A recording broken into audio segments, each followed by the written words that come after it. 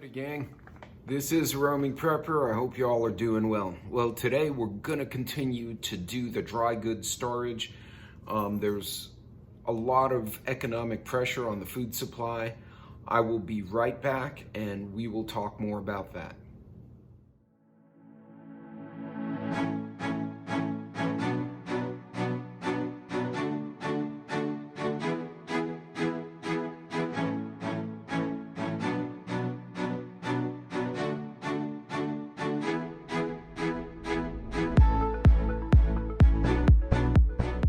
Welcome back, gang. This is the Roaming Prepper. Don't forget to like and subscribe. I do appreciate all the comments and all the likes. I do try to answer questions within a day or so. Well, gang, as you all know, the market has gone haywire in 2022, which we should not have been totally surprised by considering how many things were going on in 2020 and 2021. It's a combination of a lot of things, from the Rona to the Ukraine-Russia conflict, bad decisions by various leaders, and just difficulty trying to get everything restarted. The global supply chain is garbage. And unfortunately, with the increase, with the conflict, there's less oil in the market. With the conflict, also, Ukraine and Russia account for a very large portion of wheat production in the world. The US, Argentina, Brazil, Canada, those other smaller countries that do produce wheat, there's no way they can make up that shortfall that quickly. You add to that a little bit of climate change, some bad weather, and the price of fertilizer going up and the cost of transport going up, there's going to be a lot of pressure. So the truth is, you don't know what's going to happen going forward. So what you want to do is try and minimize your risk. And the best way to do that is to be prepped, to have an inventory, whatever you think you can afford and what makes sense in your situation. Again, this is only advice, guys. I can only recommend certain things. But today what we're going to do is I've got a mix of dry goods, right? So I've got some elbow pasta, and I found these bigger bags. These aren't the big monster bags, but they're bigger bags. They're 1.5 pounds each. They used to be 2 pounds, but you know, shrinkflation. And some oatmeal. So I've stored some of this in mason jars, but I'm starting to try to transition from mason jars to putting stuff in mylar bags. There are a couple of reasons I do this, or I'm doing this. One, I could use the mason jars for other things that the mylar bag is not suitable for. Two, mylar is much easier to manage and to store. So that's going to be important. And also, it's less fragile. Now, on the flip side, if an animal or a creature does detect the food in there, if you don't put the mylar in another container, like a storage bucket or something like that, it's very conceivable they'll penetrate the bag and kill it. So what we're going to do is kind of a rehash. Now I'm going to do mixed dry goods using the products from the Wallaby company, and we're going to go over the product, and then we're going to start doing some quick bagging here. So I'll be right back. Okay, gang, so first we're going to review briefly. I've done another couple of videos on it. Using the Wallabies on this one. Again, there are other mylar bags on the market. Some may be more amenable to you than others. I have found that these guys are very one-stop shoppish. It's very easy for me to get everything I need. So here are my bags. Here's my little reference card, which also has a really neat reference on it. And it gives you all that detail on what can be stored and how long, which is very useful. It also comes with labels and another bag and a couple of bags of these bad boys. Now, if you saw my last video, you'll remember that one of the bags did come compromised. This is that dark dot indicates that oxygen has penetrated. You can even feel it in the bag. Whereas this one is still pink. So this one has not been compromised. I did reach out to them and they were kind enough to send me replacements, so that was really cool. And I did open one of the bags, and what I did, I stuck them in a mason jar. So what I did, I used the food saver mason jar attachment, I put the remaining oxygen absorbers in here. I put some rice basically to take up the volume, and then I used the mason jar vacuum seal attachment and I drew a vacuum on it. So these little guys should be more than ready to work.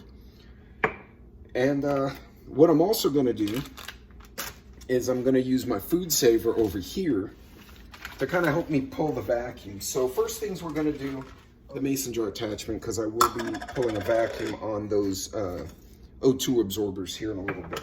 But so first and foremost, I'm gonna open up one of the bags, and we're gonna start with the pasta first. So actually, I'm also gonna put some cooking instructions. So I'm gonna put the date I bought them, which was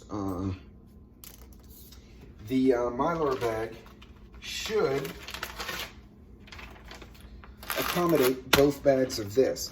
There is a chart online that basically gives you an idea of how many pounds of different products will fit in a 1 gallon mylar. And their mylar is pretty standard. It does have a nice rippable edge right here. So after you've sealed it, you can actually tear it open easily. You don't need a scissor, in theory anyway. So what I'm gonna do, I'm gonna put the dry goods in the bags, and then before I pull a vacuum, we're gonna come back in a little bit because that's gonna take me a minute. Put all the dry goods in the respective bags, and then I'm going to pull a seal on them and then manually seal them. I'll show you how I do that. So as you can see here, guys, if you're not careful, you lose product. So what wound up happening, I was using this mixing bowl to try to hold the mylar bag so I could pour from this bag into the mylar, and what I wound up doing was spilling it over. So now I've been chasing the dogs away from the oats, and I'm sneezing up a bunch of dust. So mental note, you will lose product if you're not careful. So yeah, I was trying to use the mixing bowl. That didn't work. One, make sure you have either someone to help you or a better way of balancing the bag so you don't do what I did and you get all this stuff all over the counter. But two, I highly recommend, even if you're underutilizing your bag a little bit, you know, right now you can see I'm about to here. I could probably fill this last couple of inches, but I may not. Also keep in mind, this is powdery, so it may cause a little bit of a problem when I try to seal it, but we'll see. In any case, yeah. So I'm gonna continue doing this, but I just wanted to point that out because I basically, you guys know I will show when I make mistakes, and I just made one right there. And you know, it's a couple of cups of oatmeal, it's not a big deal. But you could make a mess, and if you're in dire need, you don't wanna waste product. It's just wasteful in general. So, yep, that's my fail for this video, and I'm gonna continue. All right, gang, so this is pretty well sealed. You saw from my last video, this is a great way to store them. Actually, the little icon is, I don't know if you can see it, is still pink, which is pretty cool. So again, but 1, 2, 3, 4. I'm gonna take 4 out. I'm gonna immediately reseal that. And I'm gonna put one of these in each of the bags that I got leaning against the counter here. Nice and tight. Yep, it's sealed. So I've preserved the rest of my O2 absorbers. I killed my adapter, but you saw what I did there. So great, now let's get to business with these. So I got the O2 absorbers in these bags. You can see I got a hair iron. Can't speak today. So I put my little O2 in there and start sealing. So what I do, I take a strip of the bag there. I just made another mistake. I take a strip of the bag, the food saver bags, and that allows air to be sucked out. So let me try that again. And you'll watch the bag start. There you go, you see it? You may have to massage it a bit, get that. And you see it start to ramp up.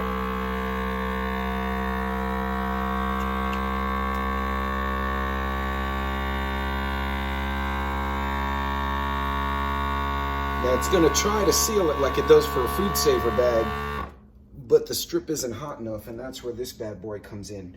I only put it to half heat, and yeah, I borrowed this from the guest bathroom, and I guess we'll have to get another one for the missus. Anyway, you see it's tight, and now I just do a quick tappy tap here, and flip it over.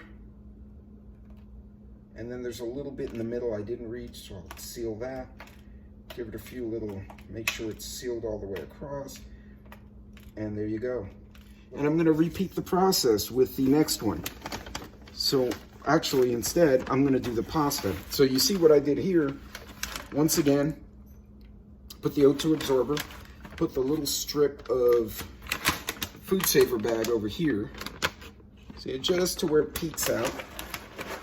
And kind of, and there we go. Let's see if it gets a good seal going. Bam. See how quickly? This makes it way easier to get that sealed. That little O2 absorber is not working as hard. And bam, it's sealed. This is, and again, the elbow macaroni is kind of rounded. It's not pointy. I tried it with pointy macaroni, and I've been hit and miss. There we go. Now that it's sealed, I'm gonna, and if it gets a little bit of air back in it, don't sweat it, because remember, you put the O2 absorber in there, right? So that, but see that? Nice and sealed, no air. You know you've taken as much air as you can out. Put that on the counter, and we're gonna do it again. So I'm gonna keep repeating this, and I'll finish up the bags, and then I'll be right back. Hey gang, so I did have one additional change. If you see in there, I actually, on this last bag, I decided to cut out the instructions of the pasta and threw it in there.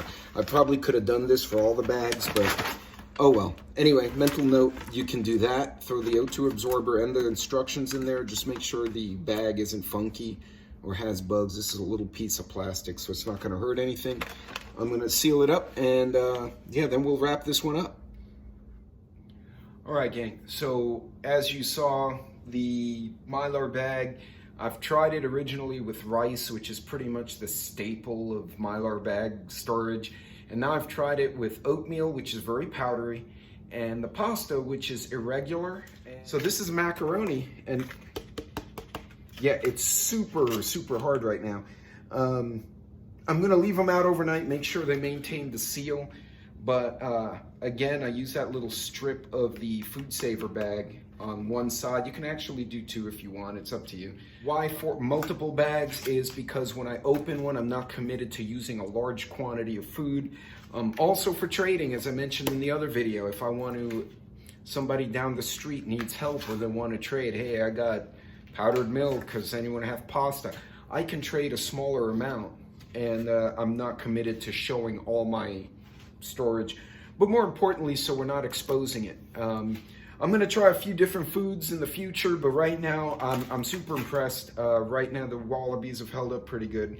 I'm gonna leave them out overnight, make sure they maintain seal, because as you remember, I did use the prickly pasta last time, and I actually tore the crap out of the bag. So as I've read, once you store dry goods like this, unless they get compromised by bugs or rats or something, you're looking at a 20 to 30 year shelf life. It's nice to know you got a little bit of storage out there. It's super cheap as far as per bag, and that's a lot of food if you think about it, right? That's 2.5 pounds of oatmeal that can be used. You can go quite a long ways.